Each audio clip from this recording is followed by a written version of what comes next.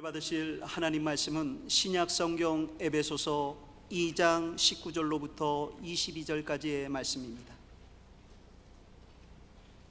신약 성경 에베소서 2장 19절로부터 22절까지의 말씀을 봉독하겠습니다.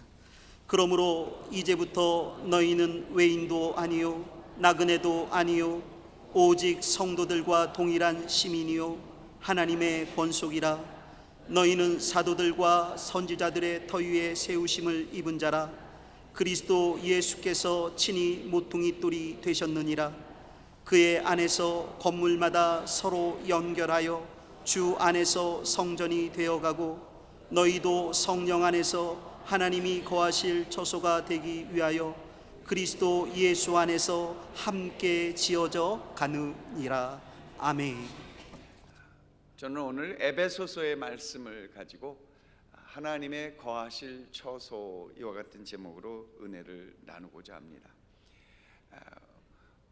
지난 금요일 날 북한에서 2년여 동안 감옥에 갇혀 있어서 거의 죽음이나 다름이 없었던 그분이 하나님의 은혜로 북한을 벗어나서 하나님께서 주셨던 그 놀라운 은혜들을 간증하셨는데요, 간증 속에서 참 많은 은혜를 입었습니다. 우리가 상상하는 것 그 이상으로 험악하고, 우리가 들은 것 이상으로 훨씬 더 처절한 그 고통과 시련의 현장에서 그냥 단지 북한 사람들이 그랬다는 것만 아니라 본인이 그 어려움 속에 들어가서 살아냈고 또 생존했던, 비슷한 시기에 그 들어갔던 미국 사람 원비어라는 사람은 미국으로 돌아왔지만 시간이 얼마 가지 않아서 죽을 수밖에 없었던 상황 속에서 본인은 하나님께서 건져주시고 구해주셔서 그렇게 살게 되었다라는 간증을 하게 되었습니다. 아닌 게 아니라 그 나온 모습이 굉장히 건강해 보였습니다. 그러면서 그분이 그런 고백을 하셨습니다. 내게 가장 소중한 것이 무엇인지 알게 되었다. 그 감옥에 들어가서 죽음과 직면하며 내게 정말 소중한 것이 무엇인지를 알게 됐는데, 그것이 성경이었음을 고백하는 것입니다. 성경이 정말 소중했다. 오늘 우리 2020년 거북이 성도를 탈피하고자 우리가 작정했던 부분에 그분도 참 기여를 하신 것 같습니다. 성경이 참으로 귀했고 또 소중한 것, 그것만큼 소중했던 것이 찬송이었다고 합니다. 혹시 여러분은 찬송가를 몇 곡이나 암송하고 계십니까? 우리가 요즘 성경도 있고 게다가 이 화면 자막이 떠서 화면에 다 보니까 이 성경을 사실 그렇게 꼭 소지하고 다녀야 되는 부담도 별로 없는 것도 사실입니다. 그러다 보니까 전에는 성경을 이렇게 외우고 찬송도 외우고 속으로 늘 읊조리며 다니는 게 있었는데, 찬송을 외우질 못하는 거예요. 외우는 곡이 없는 거죠. 감옥에 들어가면 큰일 날 것 같습니다. 감옥에 안 들어가시기를 바랍니다. 그런데 그분은 감옥에 들어가서 그 찬양을 그렇게 외우면서, 심지어는 우리가 부르지 않는 찬양도 거기서 읊조리며 부르면서 그 찬양 속에서 하나님의 은혜를 누리게 되었다라고 얘기합니다. 이런 하나님의 은혜를 얻었던 것이 그 감옥 속에서 성경도 그에게 소중한 것이 되었고, 찬양도 정말 소중한 것이 되었고, 그 가사 한 절 한 절마다 그에게 생명을 공급하시는 하나님의 은혜가 됐음을 고백하는 것을 들었습니다. 근데 그분이 고백하면서 무엇보다도 소중했던 것은 함께 성도님들이 하나님께 예배드리는 것이었다라고 이야기를 했던 것이었죠. 그러면서 비록 혼자였지만 그 앞에 있는 풀과 벌레들과 함께 예배드리고, 그가 삽질하는 아마 곡괭이질을 하면서도 하나님 앞에 예배드리게 되었다라고 얘기하는 것을 듣게 되었습니다. 그에게 소중했던 것은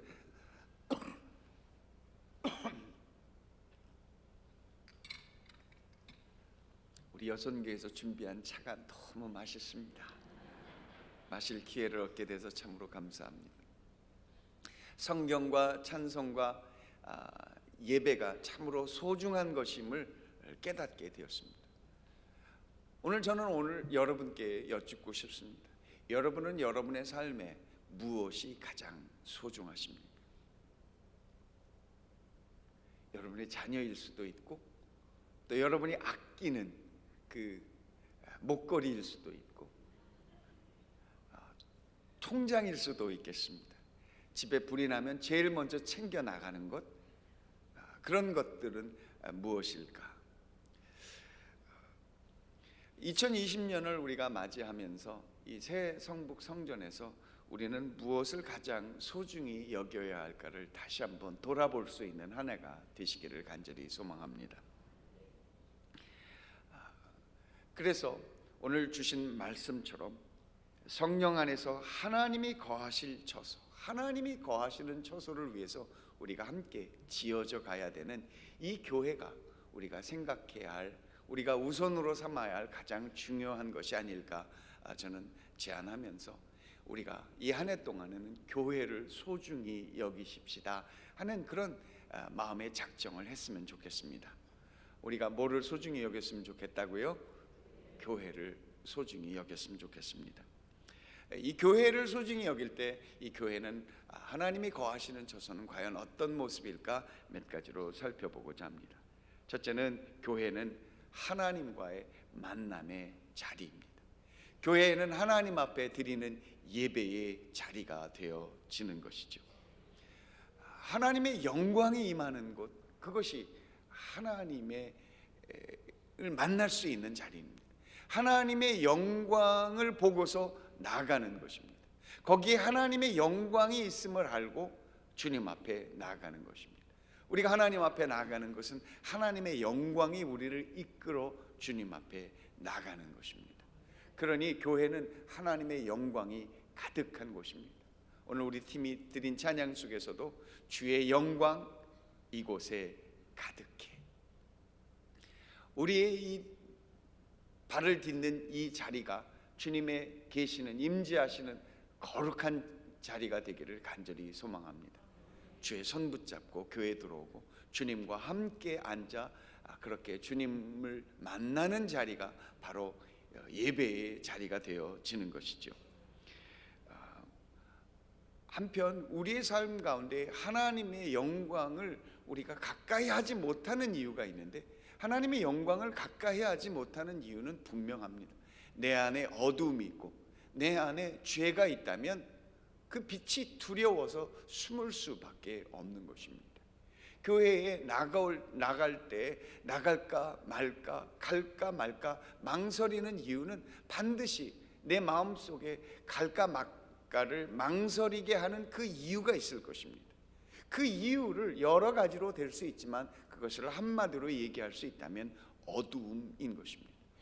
우리가 인지하지 못하겠지만 그것은 바로 죄인 것입니다. 내 안에 죄가 들어와서 어두움을 만들며 빛을 꺼려 하고자 하는 것입니다.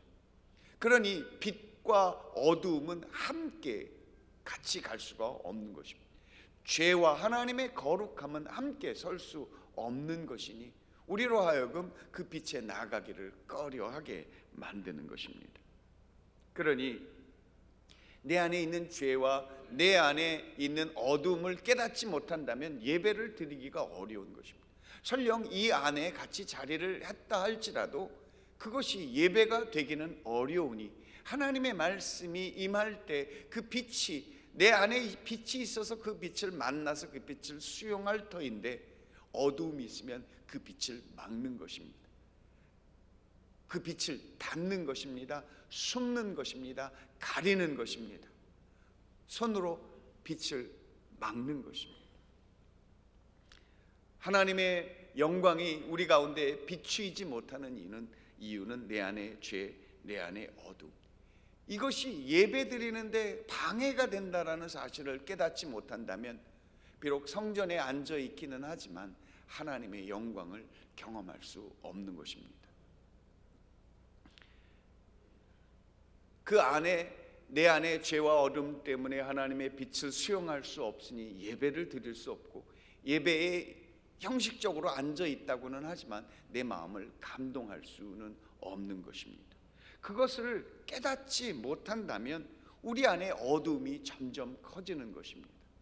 그 하나님의 영광 그 이외의 것만 보이게 될 수밖에 없습니다. 그래서 회개가 없다면 하나님의 영광 앞에 나갈 수도 없고, 그 영광을 모르니 예배 드리기도 어려운 것입니다. 하나님 앞에 나아가 것을 방해하는 죄와 어두움을 물리칠 수 있는 그 깨달음을 얻지 못한다면, 그래서 그런 하나님의 영광 가운데 들어가는 사람이 많지 않다면 그 교회는 늘 시끄러울 것입니다. 이리 부딪히고 저리 부딪히는 이유가 하나님의 영광 말고 보이는 것이 너무 많기 때문일 수 있다는 사실을 우리가 놓쳐서는 안 되는 것입니다. 빛이 어두움 가운데 빛이나 어두움이 그 빛을 이기려고 애를 쓰는 것입니다. 하나님의 은혜가 있어 그 어두움을 깨닫고 그 죄를 깨닫고 회개함으로 주님 앞에 나가 주님 영접합니다, 환영합니다, 모셔드립니다. 그래서 하나님 앞에 예배 드리실 수 있는 여러분 되시기를 축원합니다. 가인과 아벨의 예배는 우리가 이 예배의 얘기만 나오면 사용되어지는 아주 전형적인 예입니다. 가인의 예배는 하나님께서 받지 못했습니다. 그 안에 셈이 있었나 봅니다. 그 안에 마음을 하나님 앞에 영광으로 나아가는 그 길을 방해하고 꺼리게 하는 무엇이 있었던 것 같습니다. 그래서 그의 예배는 받아들이지 못했습니다. 반대로 아벨의 예배는 하나님 앞에 드려졌으니 하나님께서 가인에게 물으셨습니다. 내가 왜 네 낯을 가리느냐라고 물었을 때 하나님께 대하여 오히려 그는 화를 냈습니다. 나아가 하나님이 보이지 않으니 그의 보이는 아벨을 돌로 쳐서 죽이게 됐던 그 가인아 내가 어디 있느냐 물었을 때, 아우가 어디 있느냐 야훼 하나님께서 가인에게 물으셨을 때 가인은 오히려 대답하지 않고 화를 냅니다. 모르면 모른다고 그러고 알면 알면 된다고 그러는데 그 마음에 가리는 것이 있으니, 죄가 있으니, 어두움이 있으니 바로 대답을 못했던 것입니다. 빛이 와서 그 빛으로 깨닫게 하면 회개하면 되는데 회개하지 않은 것입니다. 오히려 하나님께 대항했습니다. 내가 아우를 지키는 자입니까? 이것은 답이 아니라, 질문이 아니라 오히려 하나님을 향한 항거 대항이었던 것입니다. 그 하나님께 대항하는 것, 죄를 점점 키우는 것입니다. 결국 그 죄로 인하여 하나님께 멀어질 수밖에 없고, 가인은 그렇게 해서 하나님께로부터 멀어져 쫓겨나는 인생이 됐던 것이죠. 멀리 그런 자가 되었던 것입니다. 우리가 쓰고 있는 이제 2020년 1월부터 구역이 살아나기 위해서 구역장들 또 우리 지역장님들이 힘을 내서 구역 가족들에게 1:2 양육 교제가 이렇게 앞으로 1:2 양육이 되어질 텐데요. 그 양육을 통해서 우리가 서로 만나 하나님 앞에 나아가는 길을 연구하게 되고 또 공부하게 되고 그것을 가지고 기도하게 될 것입니다.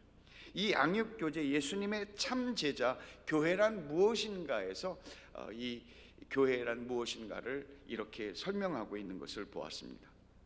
책에서 이렇게 얘기합니다. 교회는 거룩한 처소입니다. 거룩한 처소인 교회에서 성도들은 거룩하신 하나님을 만나며 거룩하신 성령으로 충만해지는 것을 경험합니다. 거룩한 처소인 교회, 교회는 거룩한 처소라는 것입니다. 그리고 그 거룩한 처소에서 거룩하신 하나님을 만나는 것이 교회라고 이야기하고 있습니다. 주님의 참 제자가 되는 것은 바로 하나님을 만나는 것입니다. 죄와 어두움이 빛과 분리되는 것처럼 하나님의 빛이 임하면 우리 안에 있는 그 죄와 어두움이 물러가게 되는 것, 그것이 바로 거룩인 것입니다. 내 안에 다가오는 죄들을 다스릴 수 있고 내 안에 다가오는 어두움들을 다스릴 수 있다면 그것은 바로 거룩해지는 길인 것입니다. 말을 예쁘게 하는 것만 거룩한 게 아니고 손을 깨끗하게 씻는 것만 거룩한 것이 아니라 내 마음속에 있는 죄, 내 마음속에 다가오는 어둠을 물리칠 수 있는 힘을 갖는, 하나님이 다스리는 힘을 얻는 것이 바로 거룩이 되어지는 것입니다. 그러니 거룩함을 얻을 수 있는, 하나님을 만날 수 있는, 그 영광을 얻을 수 있는 길이 무엇입니까? 하나님의 말씀으로 우리를 다스려야 한다라는 것입니다. 그러니 말씀은 어두움의 천적이 되어지는 거죠. 어두움을 이길 수 있는 것 말씀입니다. 어두움을 이길 수 있는 힘이 무엇이라고요? 하나님 말씀인 것입니다. 그래서 우리는 말씀을 열심히 읽어야 내 안에 있는 어두움을 깨달을 수 있는 것입니다. 말씀을 대하여야만 내 안에 다가오는 나도 모르게 자라고 있는, 점점 커져가고 있는 그 죄를 이길 수 있는 것이니 말씀의 양분으로 공급해야만 하는 것입니다.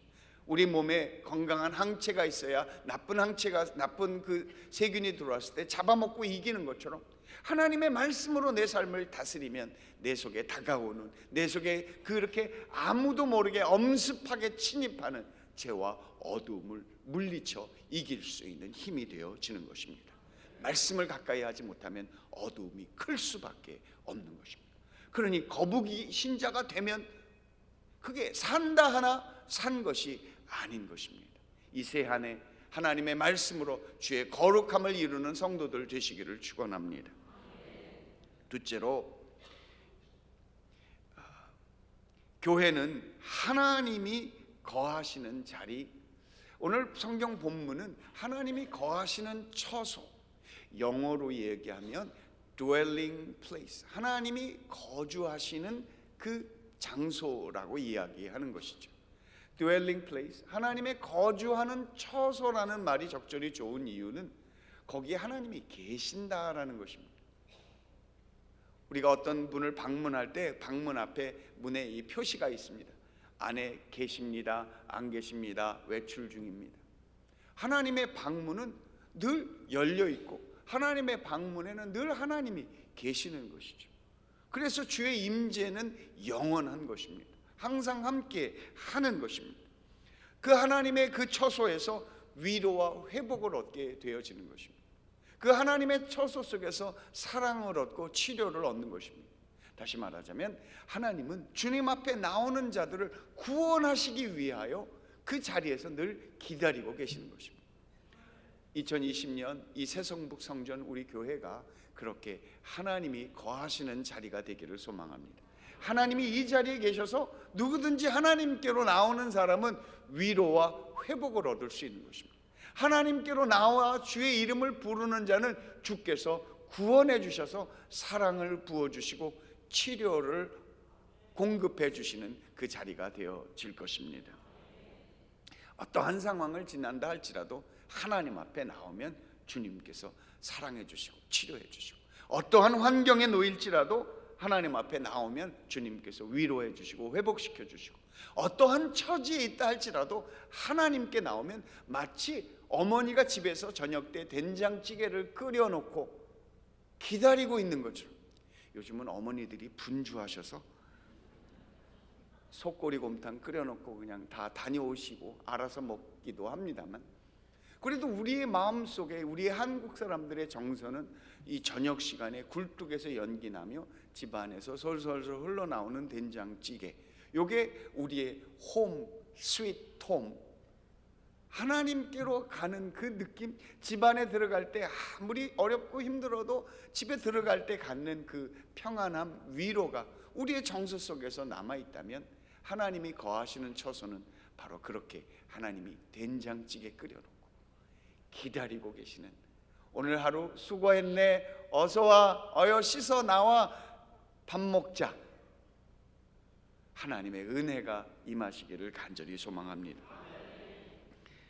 이면수 목사님의 그 간증 속에서 참 감동을 받았던 것은 그가 하나님을 만나는, 하나님의 거하시는 처소, 예배를 못 드리니 하나님이 어디 계실지, 예배를 드릴 수가 없으니, 예배당이 없으니, 그리고 같이 예배 드릴 사람이 없으니 한동안 그 감옥 속에서 그는 정말 혼자였다고 고백했습니다.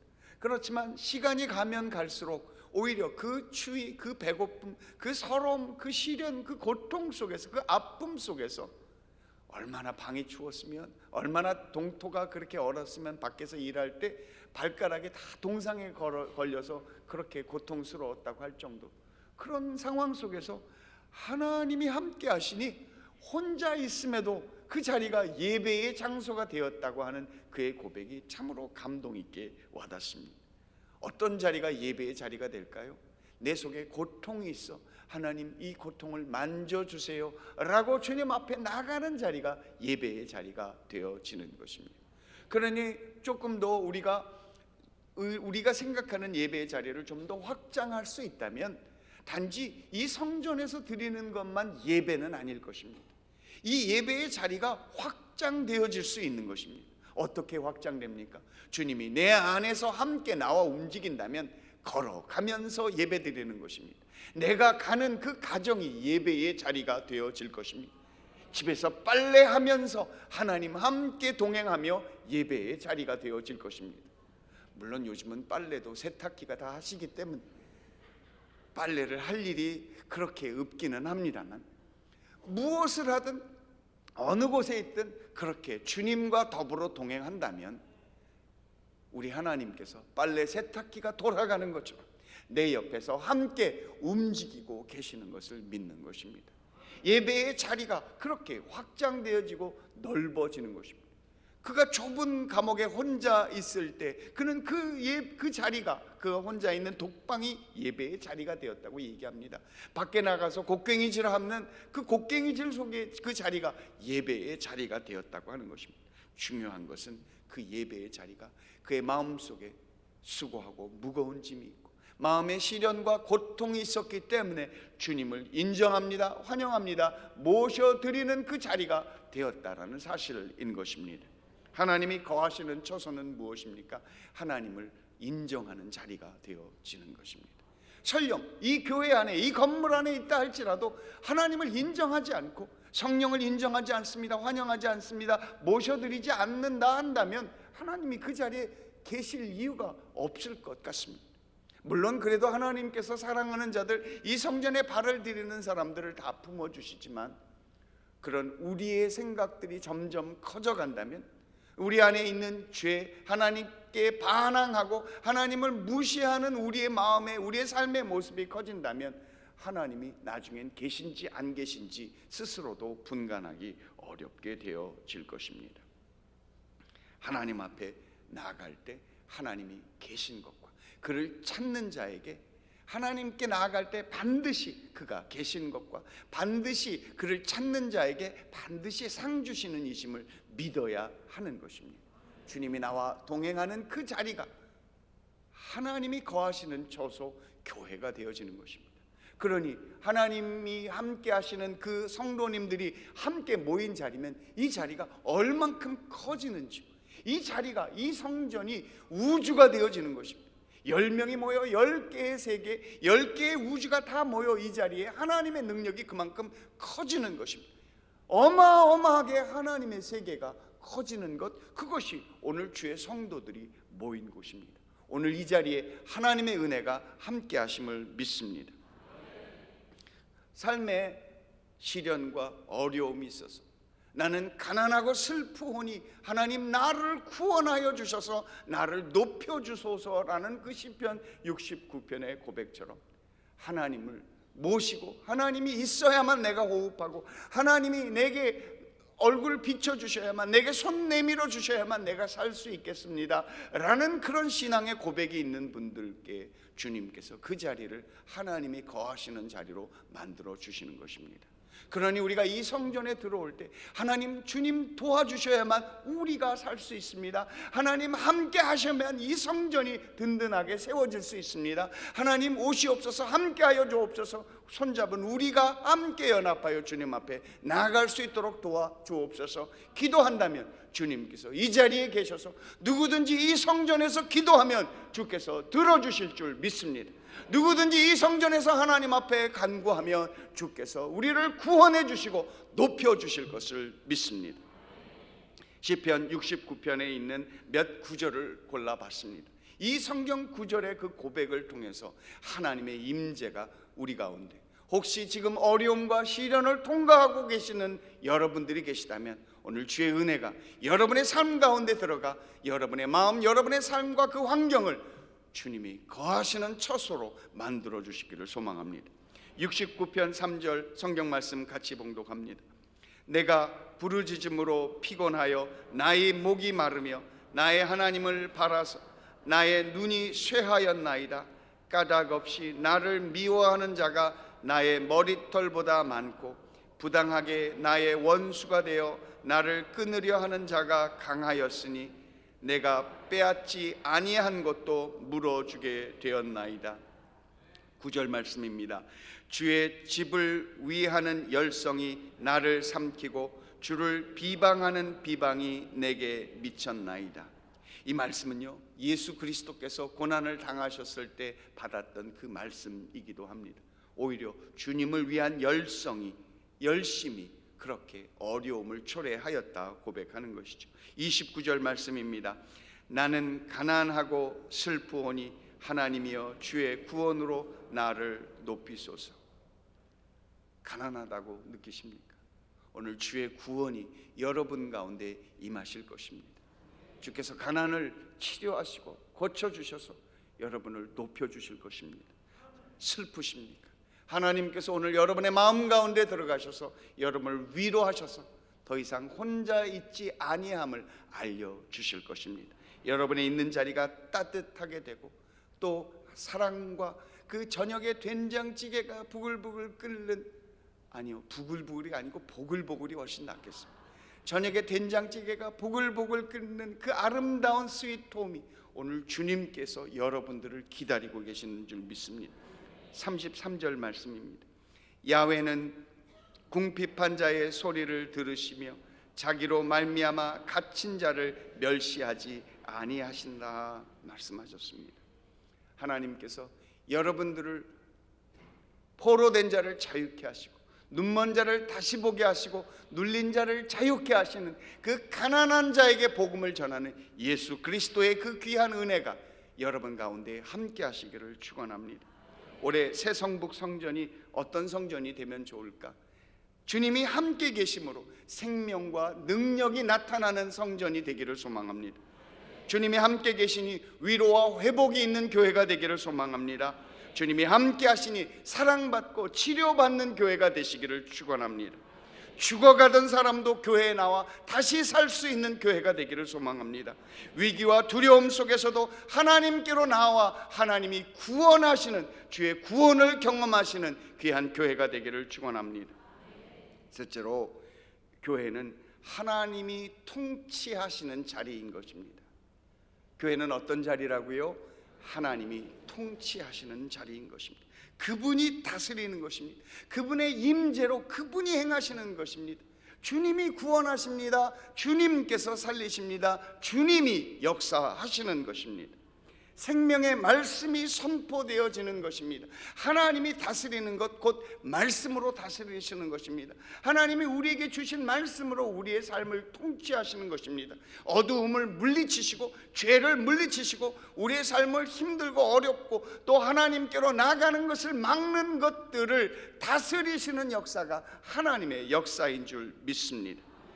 주님이 말씀으로 회복시키시고 주님께서 성령의 능력으로 우리를 괴롭히는 흑암의 세력들을 다 끊어줄 수 있는 것, 그것이 하나님이 다스리는 세계인 것입니다. 하나님 앞에 나와서, 하나님, 옆집에 있는 철이가 나 때렸어요. 그러면은요, 큰 형님처럼 나서서 언놈이 때렸어요. 내가 같이 가서 그런 마치 집안에 있는 친형처럼 우리의 삶을 다스려주고, 경제적인 어려움이 있을 때 하나님께서 그런 어려움이 있구나, 때를 따라 돕는 은혜를 주시는 하나님이심을 믿습니다. 그 하나님이 다스려 주시는 것입니다. 부족할 때 하나님께서 채워주십니다. 억울한 그 심정을 주님께서 위로해 주시고 다스려 주시는 것, 그것이 주의 교회인 것입니다. 핸델이 지은 메시아의 찬양의 마지막이 그렇게 멋진 선포로 장식하고 있습니다. 전능하신 주가 다스리시네, 할렐루야. 전능하신 주께서 이 교회를 다스려 주실 줄 믿습니다. 사람이 다스리는 것 아닙니다. 누구의 힘이 다스리는 것 아닙니다. 헌금 많이 하시는 분이 다스리는 것 아닙니다. 힘이 있는 분이 다스리는 것이 아닙니다. 누가 다스립니까? 하나님이 다스리십니다. 하나님이 역사하여 주시는 것입니다. 예레미야 33장 2절에서 3절 말씀 오늘 우리에게 말씀하십니다. 같이 보십니다. 이를 행하시는 야훼, 그것을 만들며 성취하시는 야훼, 그 이름을 야훼라 하느니가 너는 내게 부르짖으라. 내가 내게 응답하겠고 내가 알지 못하는 크고 은밀한 일을 내게 보이리라. 교회에서 구원하시는 분은 하나님이신 것입니다. 하나님께서 그 성전을 지어 만드시는 것입니다.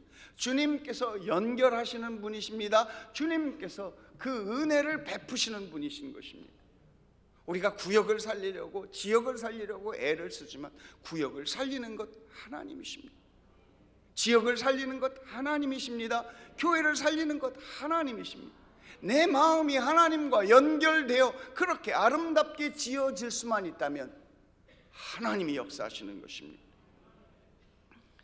사람이 자꾸만 구원하려고 하고 사람이 하나님의 교회를 만들어 가려고 하면 부담스러울 수밖에 없는 것이 교회인 것입니다. 그러니 교회에서 주의해야 될 일은 충조평판. 충조평판이 뭘까요? 교회 와서 충고하고 조언하고 평가하고 판단하는 일들을 우리가 삼갈 수 있어야만 합니다. 구역과 지역 모임 가서 충조평판을 삼가해야 됩니다. 충조평판이 뭐라고요? 충고, 조언, 평가, 판단. 하나님이 역사하시는 것입니다. 어떤 분이 어려움을 겪었습니다. 그래서 내가 참 그 박모모 시기가 나를 참 힘들게 했어. 그러면은 거봐, 내가 그 사람 조심하라고 그랬잖아. 넌 그렇게 당하는 게 싸다, 싸. 그래야 정신 차리지. 이런 일이 도움이 안 되는 것입니다. 그 충조평판이 충고하고 조언하고 평가하고 판단하는 일이 관계를 깨트리는 일이 되기도 합니다. 충조평판을 하는 이유는 뭘까요? 상대편이 만만해서입니다.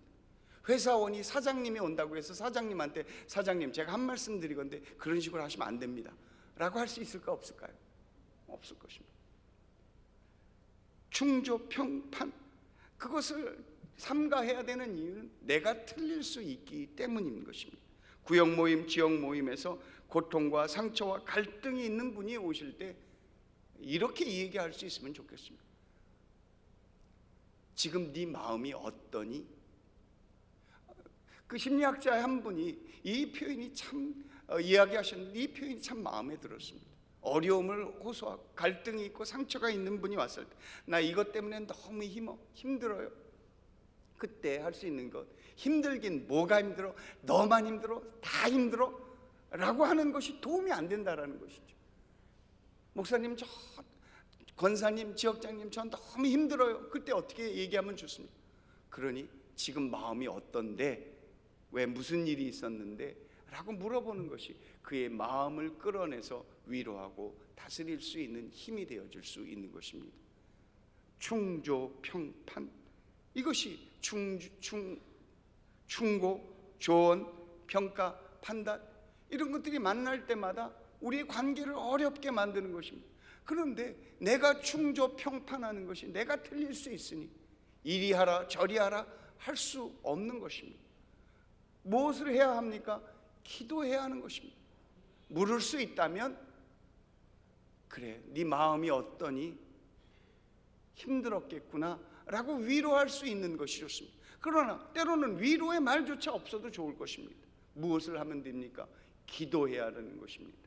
이 성전에서 하나님이 다스릴 수 있도록 기도하는 것입니다. 주변에 어려운 사람, 재정적인 문제, 관계의 어려움, 그런 몸의 고통과 아픔이 있을 때 그것을 위하여 중보하는 것입니다. 왜냐하면 하나님께서 구원하시기 때문인 것입니다.